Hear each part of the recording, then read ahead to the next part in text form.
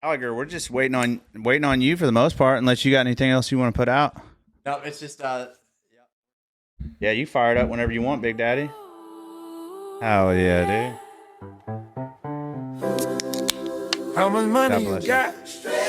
How much money you got? 21 Sad. How much money you got? How much money you got? A lot. You haven't tried one of these yet? Still? Let me get one. How much money you got? A lot. How many problems you got? A lot. How many people done doubted you? Hello, everyone, and welcome to another thrilling episode of the Days Grimm. My name is Brian Michael Day. My name is Thomas Grimm. Not hosting. God, why am I so fucking Producing. stupid? Yeah, producing this podcast this month of the December Deaths of the Month. None other than Mr. Graham Gallagher. Check them out on your local comedy stage. Actually, you know what, Graham doesn't have a camera or microphone. Graham, go ahead and pull up your IG or whatever you want so people can actually find you. Oh, you don't? Okay. Well, talk to your local homeless man under the bridge, and he may actually know Graham. But yeah, he's a funny-ass comedian. If you see his name pop up on any of these shows in town, go check him out. So thank you to him for taking care of us today. Also, thank you. I always enjoy being in your presence, Tom. Yeah, likewise. This is December's Deaths of the Month. So I don't know how this is going to go. Normally, I pre-screen all the deaths of the week or of the month or whatever. I've done nothing. I've not even read I read the titles that you gave them. Yeah. Well, I gave them titles, not really caring about the titles on this one, and I didn't rank them, so we get to rank them at the end. Okay, this is a real shotgun situation. Starting timers now. Get that going. Real shotgun situation, and I guess we're going to kick this off. Are you ready to start, sir? Yeah, I'll yeah. ask you. So we're going to kick it off with the Thames Frost Fairs. I like that you went cold. Big fan of that. I think all of these are winter related, if I remember correctly. Very nice. Very nice. I hate the cold. Fitting. I'm very pro global warming, and none of these deaths would happen if we would get on the ball faster. Yeah, you're warming your car up before you get in it in the summer. Yeah, I'm cooling it off. Yeah, exactly. I pre-started to cool it. Yeah, I think most people should do that. I don't want to see snow unless it's in the mountains. So this, our first death of December comes from historic-uk.com, historic-uk.com. The Thames Frost Fairs. Between 1600 and 1814, it was not uncommon for the River Thames to freeze over for up to 2 months at a time. That's a long fucking time. Yeah, and there was 7 of these. 7. Okay, we'll get there. There were 2 main reasons for this. The first was that Britain was locked in what is now known as the, quote, Little Ice Age, end quote. The other catalyst was the medieval London Bridge and its piers, and specifically how closely spaced together they were. During winter, pieces of ice would get lodged between the piers and effectively dam up the river, meaning it was easier for it to freeze. It's not moving, so that makes sense. It's not moving as fast. So it's creating an ice rink between two bridges. I get it. I'm tracking. Just making sure we're all on the same page here. Although these harsh winters often brought with them famine and death, that's nice. It was local Londoners, as enterprising and resilient as ever, who decided to make the most of it and set up the Thames Frost Fairs. In fact, between 1607 and 1814, there were a total of 7 major fairs as well as countless smaller ones. Now, these Frost Fairs would have been quite a spectacle, full of hastily constructed shops, pubs, ice skating rinks, etc. It's like Franklin Street. You know, like the Fall Fest between 2 bridges. Franklin Street on ice. Yeah, because they literally said it right here in the next. But it was not until January when the ice became so thick that people started setting up camps on it. There were football pitches, bowling matches, fruit sellers, shoemakers, barbers, and even a pub or two to keep the shoe keepers warm. There were even fires in their tents. That's a bold strat, bro. You're on a frozen piece of water, and you're like, you know what we could use right now? A fire. And we got this beautiful photograph from the time, a.k.a. a drawing. Yeah, this was taken with a Canon fucking lead pencil. Let's scroll on down, brother Gallagher. During the Great Winter of 1683/84. /84 between December and January. Where even the seas of southern Britain were frozen solid up to 2 miles from shore. The most famous frost fair was held, the Blanket Fair. The famous English writer and diarrheaist John. Diarrheaist. That's such a gay name. John Evelyn. Also a gay name, described it in extensive detail, writing, coaches plied from Westminster to the Temple and from several other stairs to and fro. As the dude talks gay. You can just skip that. It's just talking about a whole bunch of people on top of the water. This is just getting gayer by the minute. So even kings and queens would join the festivities, with King Charles reportedly enjoying a spit-roasted ox. Oh, my God, dude. However, as you may imagine, from holding a festival on a rather precarious piece of ice, there was the occasional tragedy. During the fair of 1739, a whole swath of ice gave way and swallowed up tents and businesses as well as people. Another tragedy occurred in the fair of 1789, where melting ice dragged away a ship which was anchored to a riverside pub and Rothright. Good God. We can stop reading the article there, but yeah, as the Gentleman's Magazine wrote in the time. It took a whole pub. I know. Like, can you imagine just like the guy outside the tent that's seeing the boat start to pull away, and he's like, hey, and then all these drunken Irishmen and British people inside are just like, freaking out. Like, I just imagine dudes sitting there in the tent, like lining, getting ripped away. Also, the River Thames is pronounced Thames. Our producer wanted to make sure that I knew how fucking stupid I actually was. So thank you, Graham, for pointing out my idiocy. But dude, that's wild, right? Like, how dumb do you have to be like, oh, this river's frozen? Let's put up a fair. First off, fucking sick. Like, fucking sick, dude. I am fucking 1,000 times going to that fair, and I'm the most anxious person you'll ever meet, I think, but I'm also a good swimmer. But okay, so wild that we're having fires, though. The bold strat, right on the ice. It's just not even fucking not a care in the world. They're just like, you know what, we're in a tent, I'm pretty warm, but I could be warmer if we had a fire. They didn't even have burn barrels. Imagine if they did burn barrels and it heated up and just the barrel falls through the ice. Here's the bridge they were referencing from before, so you can see the pillars if you're watching on YouTube. They're kind of spaced out every 100 feet or so or whatever, and they would collect ice and then further help dam the water. That is fast. That's actually a really good visual, because I was not picturing that in my head. So thank you, Graham. So that's death number 1. We're gonna call it Frost Fairs. Everything about this article is just gay from the top to the bottom. Not to demean but yeah, dude. The guy said from to and fro. Right. We'll let Graham pick this next one here. Out of here, bro. Just don't forget which one we've already. Here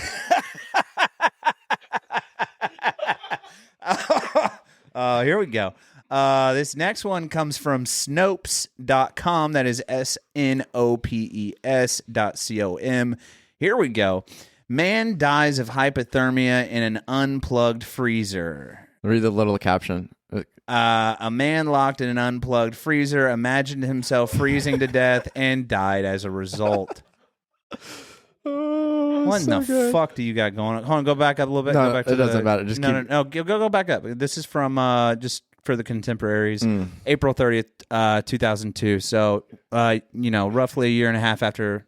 And this claims a man locked in an unplugged freezer imagined himself freezing to death and dying as a result. And we can keep going. There's a lot of like ad bullshit. There you go. Man finds himself. Okay, here we go. So a man finds himself locked in a walk-in freezer. He is convinced he will die and begins writing letters. His letters end with a final passage where he is saying he cannot write anymore because his fingers are beginning to freeze. When they find him dead, not only do they find the letters, but they discover that the freezer's temperature never dropped below 50 degrees. Thus, the man pretty much psyched himself to death. What the fuck? The expression, quote, worried to death, end quote, has more truth to it than you might think. There's a story about Nick Sitzman, a strong, young bull of a man who worked on a train crew. It seemed Nick had everything: a strong, healthy body, ambition, a wife and 2 children, and many friends. However, Nick had one fault. He was notorious. He was a notorious worrier. He worried about everything and usually feared the worst. One midsummer day, the train crew were informed that they could quit an hour early in honor of the foreman's birthday. Accidentally, Nick was locked in a refrigerator boxcar, and the rest of the workmen left the site. Nick panicked. He banged and shouted until his fists were bloody and his voice was hoarse. No one heard him. Quote, if I can't get out, I'll freeze to death here, end quote, he thought. Wanting to let his wife and family know exactly what had happened to him, Nick found a knife and began to etch words on the wooden floor. He wrote, quote, "It's so cold, my body is getting numb. If I could just go to sleep. Oh, wait, if I could just go to sleep, yeah. These may be my last words," end quote. The next morning, the crew slid open the heavy doors of the boxcar and found Nick dead. An autopsy revealed that every physical sign of his body indicated he had frozen to death, and yet the refrigeration unit of the car was inoperative. And the temperature, and the temperature inside indicated 55 degrees. Nick had killed himself by power of worry. We don't have to read anymore, but that's kind of wild. What I didn't the really think that fuck? you could, die by worrying yourself to death. Like I guess like the mind's a powerful weapon, So hold on. Hold on. Did the guy in the unplugged freezer actually die of, quote, hypothermia? Or is No, there were signs of hypothermia, but it was just like mental. So like his brain, he thought that he was going hypothermic, so his body went hypothermic, according to this. And Snopes is like a fact check website. So Oh, is that true? yeah, Snopes is where a lot of people go to check facts. It says fact check above. I See like right there on that. the left, fact check. I like that. And there's a check mark. So this is legit. Everybody go check out Snopes.com. Wild. So the guy voluntarily got into the fucking freeze. I guess. The first guy, the main guy Yeah. that the article was written about. He voluntarily got into this fucking freezer is what it sounded like. Yeah. Sounds like he was just riding along in there. And then, no, not the boxcar, but like in the walk-in. Yeah, this freezer. is it is a box cart. It's No, a that's a freezer box That's cart. a second guy. There's 2 dudes that died here.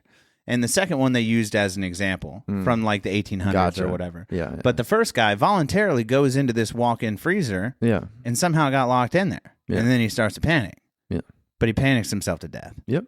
What the fuck? I'm so baffled. We're fucking 11 minutes in and I don't even know what to fucking do with that.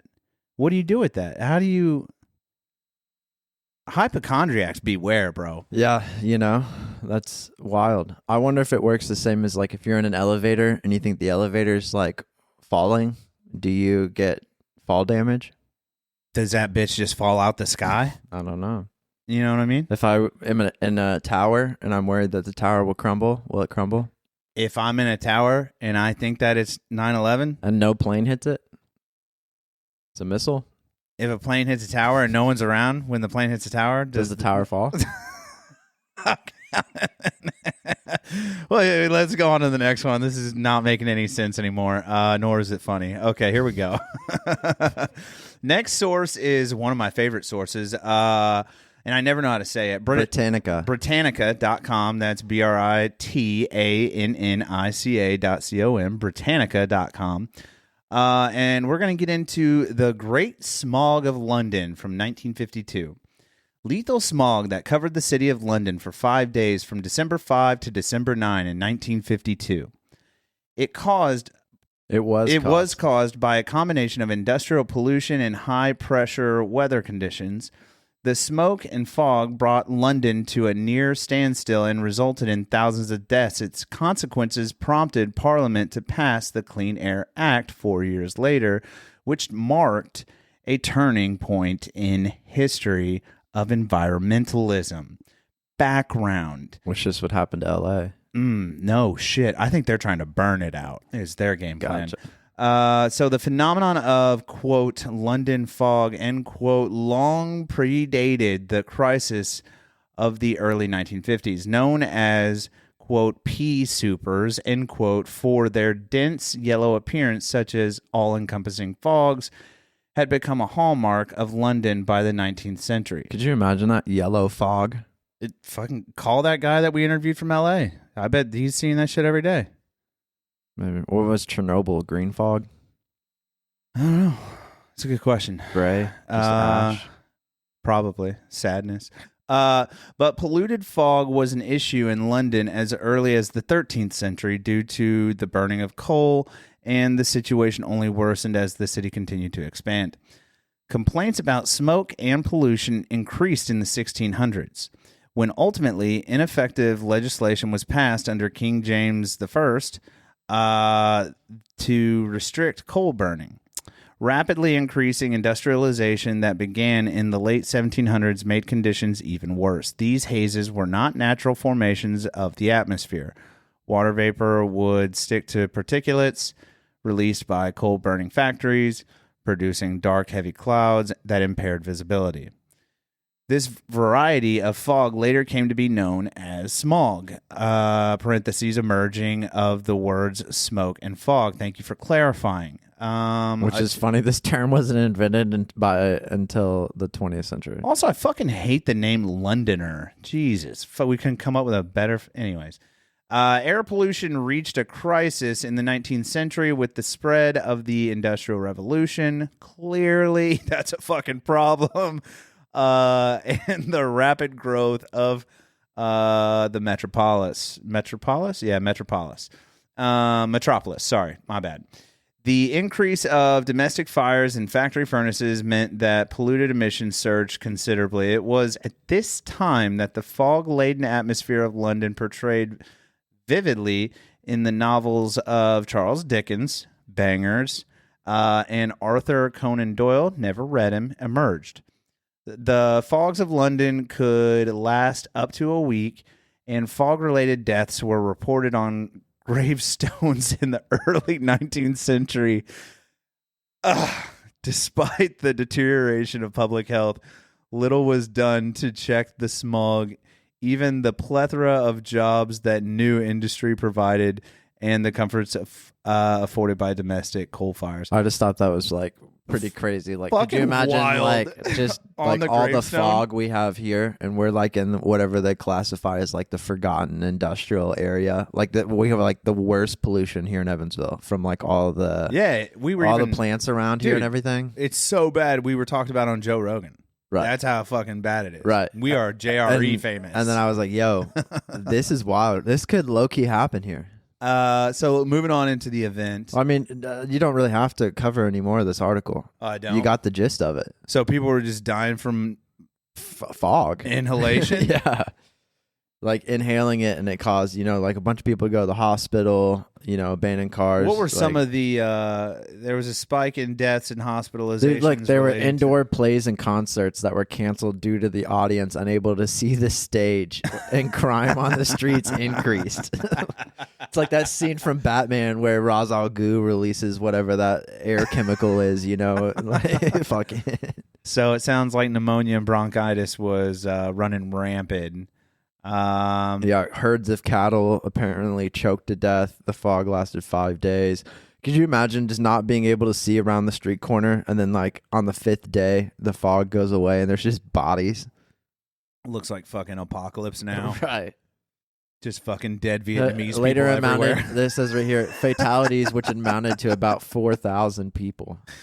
Oh god. Present day estimates rank the number of deaths to been about 12,000. Golly. So if you were a Londoner in 1950, fucking rest in peace, bro. Yeah. Rest in fucking peace, dude. Shortly after that, they made Rosemary's Baby. Let's move on to the next one. What we got? My headphones are stuck. All right. What we got here? This is coming from WJACTV.com. That's WJACTV.com. Here we go. Coroner. Jonestown man froze to death after falling outside home. And hold on, go back to the top for a second. Go up a little bit. This is from January 22nd, 2022 at 11:15 a.m. Update. Cambria County, Pennsylvania, from, again, WJAC, which is a news station there. According to Cambria County Coroner Jeff Lees, a Jonestown man died of hypothermia Friday night after falling outside his home located along the 100 block of Adams Street. The coroner's office identified the man as 63-year-old Darrell Lewis. Quote, with these extreme weather conditions that we're seeing, we want to make sure a public service announcement to Cambria County and all surrounding areas to please use extreme caution, end quote, Lees said.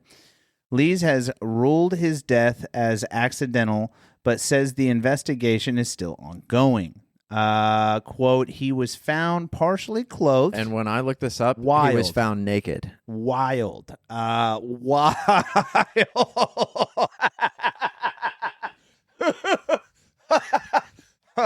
right.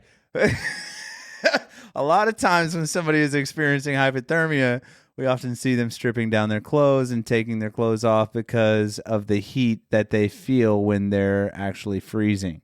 It's actually like a common thing. I have heard that before. That does check out. There was actually one that I almost included that was a guy that like his cabin burned down and he like grabbed all his stuff. And so they say people either get naked or they get naked and they burrow themselves. Like they try to dig a hole or dig into the snow or whatever. And like this one guy made it like 28 days or something crazy, like out in Alaska. But go ahead. Yeah. Jesus Christ. Hold on. Where'd we go? Hold on. One more to that one. Here we go. So again, he was partially frozen or partially clothed. A lot of times when somebody is experiencing hypothermia, we often see them stripping down their clothes, taking off their clothes because of what they feel. Oh, I already read that. During Saturday's press conference, Cambria County EMA Director Art Marty Nuska stressed the importance of staying warm in the bitter cold and reminding residents to, quote, check on their neighbors, end quote. Quote, we ask everybody to look out for each other. If you have a neighbor or a friend or an acquaintance or a homeless man under a bridge, I added that, who is having difficult times during these cold snaps and cold periods, please reach out to us. We'll reach out to the appropriate social service agencies to make sure they're safe and protected, end quote. What the fuck are they doing about all the homeless people, huh? A lot of extra places open up, and then hell yeah. And then the original information is limited, so this is just like the it's basically this guy was coming home and he slipped and fell, and then like he couldn't get up, and so he was just like freezing. Did it so say then he how started old he stripping was? in clothes. 63. He was older dude, probably broke his hip or something. Yeah. This is actually common in hypothermia. Yeah, let's get into this real quick. Paradoxical undressing is a phenomenon where individuals with severe hypothermia remove their clothes because their bodies mistakenly perceive a sensation of heat, often accompanied by confusion and hallucinations. This occurs in the final stages of hypothermia, so if you know you're feeling this, shit's getting real bad for you. When the muscles that normally constrict blood vessels in the extremities become fatigued, relax, and allow warm blood to flow back into the limbs, creating a false feeling of heat. This behavior, which also includes thermal burrowing, which you had mentioned, like hiding under furniture, accelerates death by increasing heat loss. That is, again, paradoxical undressing. I've heard this before. I didn't know that. I never thought it was some crazy. I had never heard the burrowing though. Yeah, and I bet the guy that burrowed in the snow and the ice and stuff made it so long because, dude, he made it like 28 days. Ironically, that's why the fucking You could probably type it into Google. Just if you search like terminal burrowing and then just do like man in Alaska. But how do you think the Aborigines in Alaska live? They live in fucking like ice igloo houses. people. Yeah, they live in ice houses. I think what's the name for the Eskimos? Eskimos. I just call them Aborigines, but you get it. But yeah, they fucking the ice and the snow is actually a good insulator. Terminal burrowing is a known phenomenon associated with lethal hypothermia. We already read this. He was in Alaska. Yeah. But I guess we're not finding it as fast as I thought we would. That's fine. But that's wild though. I bet that's why he made it so long. Yeah, right there. Yeah, BBC. a man who refused to freeze to death. Hell yeah, dude. This is a mountain man right here. This is fucking Jim Bridges' fucking son. Wow. Oh, piss on you, Tor Island. Lost, wet, and alone, freezing, snow-covered landscape. He was 23. Just skip down. It was here in the early hours of March 12th, 1984, that the 23-year-old, some fucking French bullshit, stumbled towards salvation. His bare feet were bleeding from the deep cuts caused by volcanic rock hidden beneath the snow. His clothes soaked in seawater and froze to his body. He should have already died several times over, but something deep inside led this French bullshit to propel himself forwards. The night was clear and cold. The temperature was negative 2 degrees Celsius, 28 degrees Fahrenheit. It's not that With bad. strong winds, could have been colder. He paused at the bathtub filled with water left for the sheep. What? I'm so confused. Anyways. But like basically this dude's house caught on fire and he like ran outside and basically like made a barrow in like snow and stuff. What does this bitch jogging in the snow have anything to do with this? But it's crazy. This guy survived like 28 days before like neighbors came to check on him. Yeah, dude, honestly, that probably is Jim Bridges' great-great-grandson. And then if we go to the third tab, it's the last one here. This one? Yep. We're only doing 3? Then we've already done 4. Oh, shit. Oh, you said the third tab. Got it. Yeah. So this is the last one. Here we go, guys. So everybody just buckle up. This better be a good one, Tom. This source is from Wikipedia. EnglishWikipedia.org, enwikipedia.org. A year without a summer, and I am familiar with this. I do know this. The year 1816 is known as the year without a summer because of severe climate abnormalities that caused average global temperatures to decrease 0.4 to 0.7 degrees Celsius, which is quite a bit more in Fahrenheit. Yeah, 0.7. Like 20 degrees Fahrenheit. It's like 0.7 to 1 degree Fahrenheit. God bless you. Summer temperatures in Europe that year were the coldest of any on record between 1766 and 2000, resulting in crop failures and major food shortages across the northern hemisphere. Evidence suggests that the anomaly was predominantly a volcanic winter event caused by the massive 1815 eruption of Mount Tambora in April in modern-day Indonesia. So you've heard about this before? I know. I've heard the year without a summer. Really? Yes. I'd never heard about this. That's why I put it in there. The eruption was the largest in at least 1,300 years.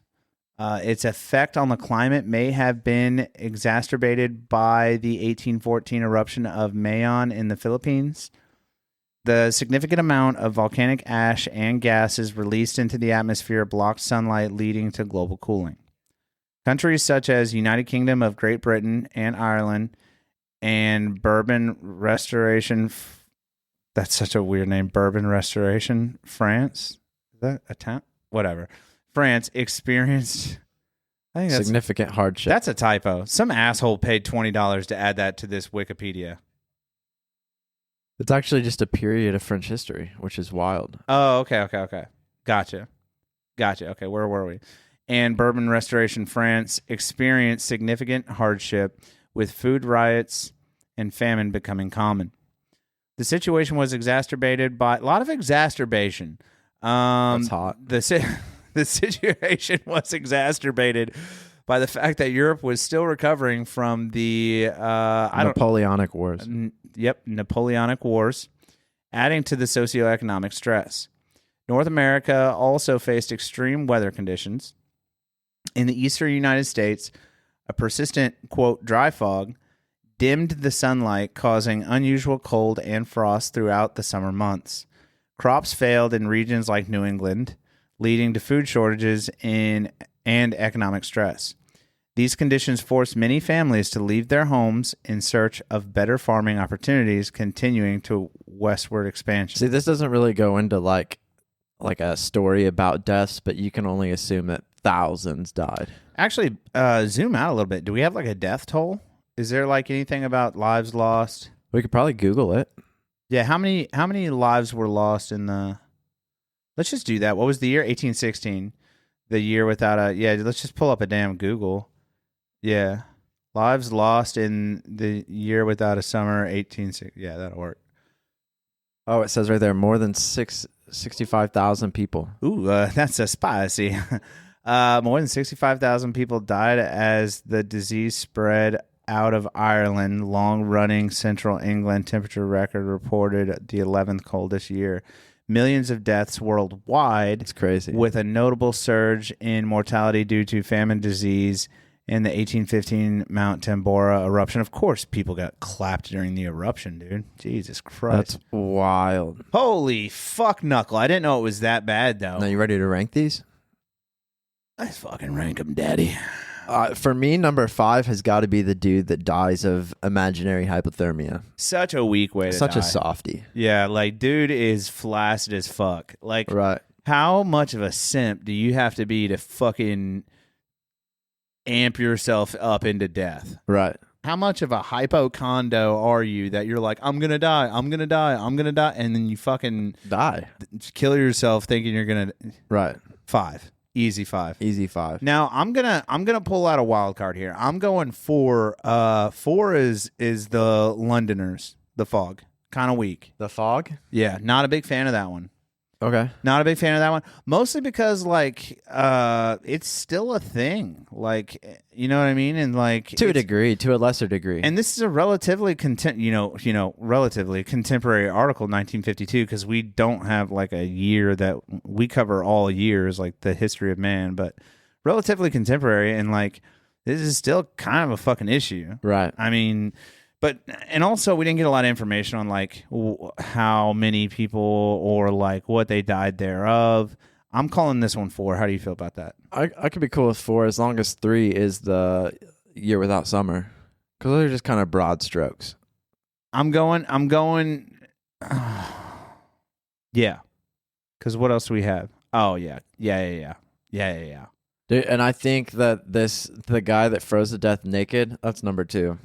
Even though he was old. I want to know, was he naked or did he have drawers on? You know what I'm saying? From some of the stuff I looked up before I found like an actual article was that like he was naked.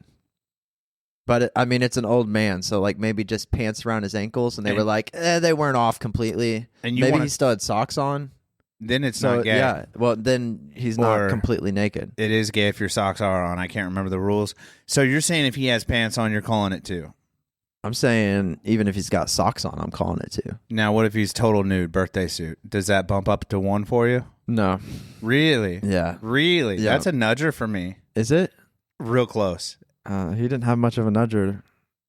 We're edging. Could you imagine how small that dick is? Oh, he has a vagina. Hypothermia, dude. He has a vagina now. Those nuts are looking like fucking They peas. actually originally reported it as a 63-year-old woman was found frozen to death. Right. Dude, his nuts before he fell were at his ankles, and when he died, they were inside him. I'll give you 2. And then the clear winner is the Thames. Dude, the fucking Thames Frost fair on a frozen river. Yeah. Just wild. The Thames.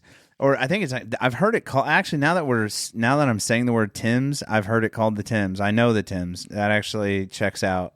I'm glad that. Yeah, they live on a van down by the river. Dude, this one is wild to me. This is by far my favorite Absolutely absurd. I could probably think of a death that we've done better than this, honestly. But honestly, you have to consider the volume. Bunch of folks died. Yeah. That's sick. But like, how many people are dumb enough to get on a frozen lake with fires? Well, and the boat going away, like, hilarious. Watch your tone, because I'm one of those people. I don't know how. I don't like how you keep saying that. I want to hit up the Ford Center and see how many people can get on the ice at an Iceman game. Hear me out. The Ohio, back in the day, we talked about this with your grandpa. The Wabash or the Ohio would freeze. And then people would ice skate on it. You're not going ice skating on the Ohio River? No, I mean I've ice skated on frozen ponds and like farm fields that have like broken. I was little. I was a kid. I didn't know any better. We thought it was hilarious to run across and watch the ice break behind us. Tough guy Tommy over here. How dumb are these people? They're living life in the fucking 1700s, brother. They're just out here grinding. This was pre-1700s. Yeah, they're just out here grinding for God. Yeah. They're just having. They're like, I'm gonna die of syphilis in 6 months. I'm gonna party on this fucking. Speaking of syphilis, did you know that like Blackbeard had like syphilis and shit, and he put up a blockade in order just to get like a cure for syphilis? Yeah, that's wild. Yeah. Also, one of the famous composers died of syphilis. Yeah, I can't remember which one. One of the famous. Let's get this Blackbeard shit straight. Highly probable that Blackbeard and his crew suffered from syphilis. I like how they're like, we're pretty sure. Yeah.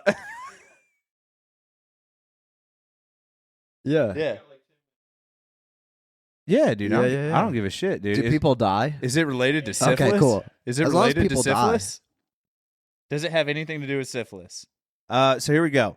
The wild card that the producer wanted to bring up today, and I'm glad we did because I love it reading death stories. The Dyatlov Pass incident was an event in which 9 Soviet ski hikers died in the northern part of the Ural mountain ridge in the Russian SFSR of the Soviet Union. I don't know what the fuck that means. On 1 or 2 of February 1959 under determined circumstances. The experienced trekking group from the Ural Polytechnical Institute, led by Igor Dyatlov, went on a hike of the highest difficulty level at the time and had established a camp on the eastern slopes of Kholat Syakhl Mountain. Overnight, something caused them to cut their way out of their tent by knives and flee the campsite while inadequately dressed for heavy snowfall, strong winds, and highly sub-zero temperatures as low as -50 or -46 Celsius. After the group's bodies were discovered, an investigation by Soviet authorities determined that 6 of them had died from hypothermia, while the other 3 had been killed by physical trauma. One victim had major skull damage, 2 had severe chest trauma, and another had a small crack in his skull. 4 of the bodies were found in May 1959. When did this start? Go back to the top. So they were found in May of 19... Oh, shit. So a couple months. Like 3 months later. Okay. Sorry. I had to, for reference. So a few months later, 4 of the bodies were found lying in running water in a creek, and 3 of them had damaged soft tissue of the head and face. 2 of the bodies had missing eyes, 1 had a missing tongue, and 1 had missing eyebrows. Jesus. So here we go. The investigation concluded that a compelling natural force, end quote, had caused the deaths. Numerous theories have been put forward to account for the unexplained deaths, including animal attacks, an avalanche, or loud slab avalanche to their tent, appearance of a UFO or ball lightning, katabatic winds, infrasound-induced panic, conflict with local ethnic groups or fugitive criminals, a botched spy meeting with representatives of the Western Bloc, military, rocket, nuclear testing involvement, or some combination of these factors. And during the little break of camera airs, Graham mentioned that there was like several signs of the hypothermic or whatever paradoxical burrowing or getting naked. Getting naked. It was like, but it's crazy. Like all these are winter deaths, you know. Stay warm out there, people. Bro, it's supposed to be a bad winter this year. So yeah. I think this is number 0 for me. Beats out number 1. This is up there, dude. Dude got his fucking. Well, and it's funny because it comes from Russia, so they're like, it was everything but us. Yeah, you know. Dude, the U.S. is here, and they're taking our tongues. Yeah, I don't know, dude. I'll tell you what, this is fascinating. I'm going to have to do another. I'm pretty sure I've heard this story before, but I'm going to have to do a deep dive on the, again, this is the Dyatlov Pass incident. Yeah, and as we're wrapping up, we'll just run through the ranks again. What did we say the ranks were? Number 5 was the man who just, thought he was dying. Yeah, weak. Yep. Number 4 was, what did we say? The smog. Weak. Number 3 was the the year without summer. Yeah, weak. Number 2 was the old naked frozen man. Looked like a woman. Yeah. Probably. Number 1 was the fair, and now number 0 with the pass incident. Dude, so shout out to Dyatlov. That dude was a gangster. Yo, shout out to Winter, really killing people. Hell yeah, dude. Honestly, we're going to get some good ones. Hopefully 2025, 2026 is a big winner. And Yeah. we catch a couple of freebies out here. Hell yeah, dude. Maybe somebody died in that big pile up in Indy. I like where your head's at. But yeah, folks, you got it. This is your monthly dose of December's deaths of the month. You know where to find it. The creepy, the eerie, the weird. Get in here, like, subscribe. We're going to do one of these every month because we love you and we know you love it. Short of that, this has been another thrilling episode of the Days Grimm. My name is Brian Michael Day. My name is Thomas Grimm. Produced by Graham Gallagher, no other than. Thank you so much, sir. We appreciate you. Bye-bye. Drugs and all that stripper is take an ignorant guess and they'll say he's religious, but the hustlers, killers, murderers, drug dealers, even the strippers, to the victims of welfare, feel we living in hell here. Hell yeah, I'm on my way. I'm seeing the G's, I'm seeing the B's, and I'm seeing the D's. On my way to the top of the G-O-D, and I'ma be there for a while if you don't believe. So I gotta say it that I'm afraid to say on the radio. Jesus walks